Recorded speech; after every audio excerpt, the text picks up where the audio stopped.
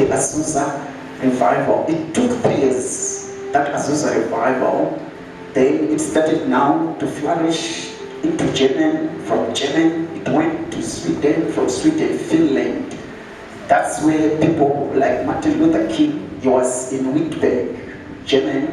He wrote his 90 thesis. Then he was now a Protestant. The difference between Martin Luther King and Simon is that Martin Luther King was a Protestant, but Simon was a reformist. He wanted to reform people's lives because he had accepted to be the steward of the revival of God. So the reason why I'm giving you this backdrop, I want you to understand that whenever you make a proposition, you need to own the narrative of what you are proposing. When you say we are praying for the Azusa revival, you must understand what is the Azusa revival, where it came from. So by the grace of God, to those that wants to know more about Azusa revival, I have been developing some modules by the grace of God.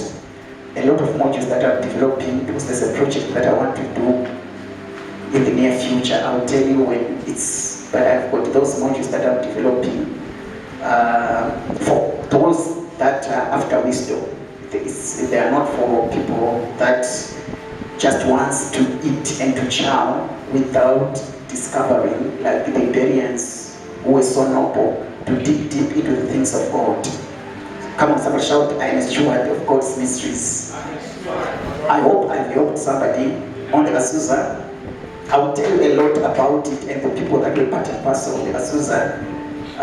You need to be a leader if you want to be a leader in any aspect and every area of your life. 1 Corinthians chapter 4, subsection 1 to 2, the Bible says, so then let us be looked upon as ministering servants of Christ and stewards of the mysteries, the secret purposes of God. Moreover, it is essential, required of the stewards, that a man should be found faithful, proving himself worthy of trust. So I'm going to give you a backdrop of the book of Corinthians. The author of the book of Corinthians, we all know, is Apostle Paul, and it was attested by Clement of Rome as early as 96 AD, Anno Domini. So the city of Corinth, it was estimated to have a population of 250,000 free persons, then 400,000 slaves, and their culture, it was a Greek culture. One thing that we have to understand, Corinth, it was in Greece. It was one of the towns apart from Athens. So the population there, it was not too much. Then they had their own region. In Corinth, they had 12 temples, and they wanted to simulate the 12 apostles and the 12 foundations of the New Jerusalem. And one of the most infamous temples was the temple dedicated to Aphrodite. Aphrodite, she was a goddess of love.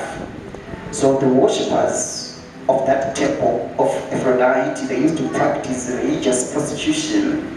That's why they call it the church. It was plagued with numerous problems. That's why Apostle Paul had to deal with the problems of Corinth. Then the other temple, it was on the northern side of Greece, and that temple, it belonged to Asclepius, who was known as the god of healing. So if you want healing, there was a church for that. Then in the middle,